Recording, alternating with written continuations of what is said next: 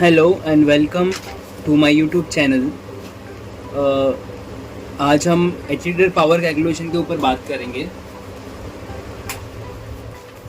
और एचईटर power calculation के बारे में, जैसा भी हम लोग कोई रिएक्टर बनाते हैं, रिएक्टर के लिए हमें जो मोटर एचपी की रिक्वायरमेंट होती है, ये मोटर एचपी की रिक्वायरमेंट ये पैरामीटर्स, ये फॉर्मूले से हमें मिलती है।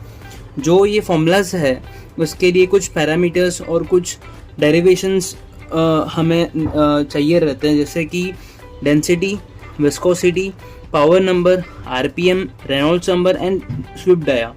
उससे हमें मोटर एचपी फाउंड होती है। और ये जो मोटर एचपी है, इस मोटर एचपी जो हमें मिलती है, इस मोटर एचपी के ऊपर रिएक्टर का वर्किंग स्टार्ट हो रहा है। जो भी एजिटेशन होता है इसके ऊपर स्टार्ट होता है।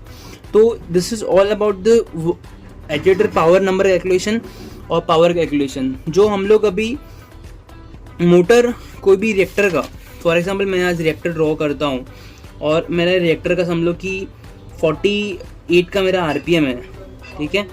48 के आरपीएम के लिए जो मेरा ब्लेड मैंने यूज़ किया है, और मेरा ब्लेड का समझ लो स्विफ्ट डाया मेरा 0.8 मीटर है, तो उसके लिए मुझे कितना एचपी का मोटर यूज़ करना है। तो वो मोटर जो यूज़ करना है, वो मोटर यूज़ करने के लिए जो हमें फॉर्मूला को लेके जो हमें मोटर एचपी जब मिलती है, वो मैं अभी आपको बता रहा हूँ। जैसे कि सबसे पहले हमें रेनॉल्ड्स नंबर का फॉर्मूला यूज़ करना रहता है। Reynolds number equals to rho into N into D square upon mu, this is viscosity. और ये रेनॉल्ड्स नंबर के फॉर्मूले के ऊपर से, इन रेनॉल्ड्स नंबर हमें मिलने के बाद में फिर हमें पावर नंबर मिलता है। और पावर नंबर का जो फॉर्मूला होता है, power number equals to P upon rho into N cube into D raise to 5, this is the formula for power number. तो अभी हमें पावर नंबर निकालना रहेगा, बिकॉज हमारे पास डेंसिटी हमें मिल जाती है कोई मेटल की, N equals to RPM and D equals to swift dia, and ये हमें निकालना है, राइट है। तो अगर इतने में से एक चीज़ को निकालने के लिए हमें बाकी सब चीज़ें हमें डिराइव करनी रहेगी, हमें चाहिए रहेगा। तो मैं एक एग्जांपल ले लेता हूँ जो मेरे पास में अभी रेडी में है। तो ये एग्जांपल ऐसा है कि 1.2 मीटर का स्विफ्ट डाया है 10 एंकर एजिटेटर का, एंड इसका आरपीएम है 48 का आरपीएम है।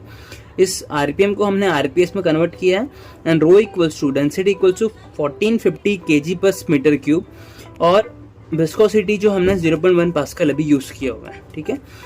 अभी फर्स्ट ऑफ हम लोग को हमें NRE, this is the Reynolds number, this is Reynolds number. इस रेनॉल्ड्स नंबर का यूज, फॉर्मूला का यूज करके rho N into D square upon mu equals to 1450 into N is 0.8 and D square equals to 1.2 upon mu, that is 0.1। इससे हमें 16704 का हमें Reynolds number का value मिलता है। This Reynolds number value is closer to 20,000। तो ये जो रेनॉल्ड्स नंबर का जो चार्ट है, ये हमारे पास में रेनॉल्ड्स नंबर और पावर नंबर का जो चार्ट होता है, उस चार्ट से हमें कुछ वैल्यूज़ हमारे पास में है। जो वैल्यूज़ ये बोलती है कि 20,000, 30,000, 50,000, 70,000, 80,000 अगर रेनॉल्ड्स नंबर में मिलता है, तो उसके अगेंस्ट में हमें पावर नंबर क्या कंसिडरेशन में लेना चाहिए, वो यहाँ पर होता है, ठीक है। तो डायरेक्टली हमें अभी पावर नंबर कैलकुलेशन कंसिडरेशन में हमने 5.4 का हमने पावर नंबर कंसिडरेशन में लिया है। तो this is the power number. Power number मिलने के बाद में हमने देखा था कि पावर नंबर का फॉर्मूला जो होता है P into rho into N cube into D raise to 5। अभी हमें इसे पावर नंबर मिल चुका है, ओनली डेराइव हमें करना है P, that is the power in kilowatt. This जो हमें कैलकुलेट करना है, तो इसको फॉर्मुलेशन में लिया हमने P अपॉन जो वैल्यू हमारे पास में है 1450 डेंसिटी का वैल्यू है, N इक्वल्स टू 0.8 है एंड D इक्वल्स टू 1.2 है, जिसे हमने यहाँ पर बताया हुआ था। इससे हमें P इक्वल्स टू मल्टीप्लिकेशन में आएगा। फिर P का हमें वैल्यू जो मिलता है वो वॉट में मिलता है, वो 10,150 हमें वॉट मिलता है, जिसको हम किलो वॉट में कंसिडरेशन में ले रहे हैं। वो किलो वॉट जब हमें मिलता है तो 10.15 हमें किलोवाट मिला है, और 10.15 किलोवाट को हमें रिलेटिवली नियर बाई जो एचपी कैलकुलेट करने के लिए हमें मिलता है वो 15 एचपी है। तो this is the power calculation. और मैं कुछ अभी यहाँ पर बता रहा था, जैसे 15 एचपी हुआ, तो 15 एचपी में फॉर एग्जाम्पल अगर क्रॉम्पटन का मोटर में यूज़ करता हूँ, then 15 HP 4 pole 4 pole means 1440 RPM, I3 flange mount, reactor के लिए हमें फ्लांज माउंट यूज करना पड़ेगा, एंड फ्लांज माउंट और फ्लेम प्रूफ FLP। इतने चीज़ें जो है हमें अगर मोटर का इंक्वायरी करना है, और इतने इंक्वायरी के लिए हमें यूज़ होता है। ठीक है, तो थैंक यू गाइस। और इस सब में कैसा होता है, अगर वो फ्लांज माउंट है तो, सॉरी एक चीज़ और बताना रह गया था, फ्लांज माउंट है तो फ्लांज माउंट के लिए इसका एक फ्रेम साइज होता है।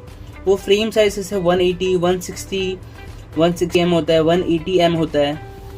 तो ये फ्रेम साइज भी HP के हिसाब से वेरी करता है। वो फ्रेम साइज जो होता है जिसके ऊपर गियर के ऊपर जब मोटर माउंट करता है उसके लिए हमें ज़रूरत पड़ती है। तो फिर भी जो आज हमने जो कैलकुलेशन में, और आज जो हमने जो डिराइव किया है, this is agitator power calculation, उसमें हमें रिएक्टर का कितने HP का मोटर हमें यूज़ करना है वो हमने यहाँ पर डिराइव किया हुआ है। उसके लिए हमें 2 फॉर्मूला यूज़ करना है। First one is N, Reynolds number के लिए rho into N into D square upon mu, और सेकेंड जो हमें यूज़ करना है वो power number equals to power upon rho into N cube into D⁵. ये जब ये this is a simple way जो मैंने अभी फाइंड किया हुआ है। तो इस हिसाब से हमें मतलब मोटर कितने HP का यूज़ करना है वो हमें मिल जाता है। ठीक है, तो thank you guys, thank you for watching.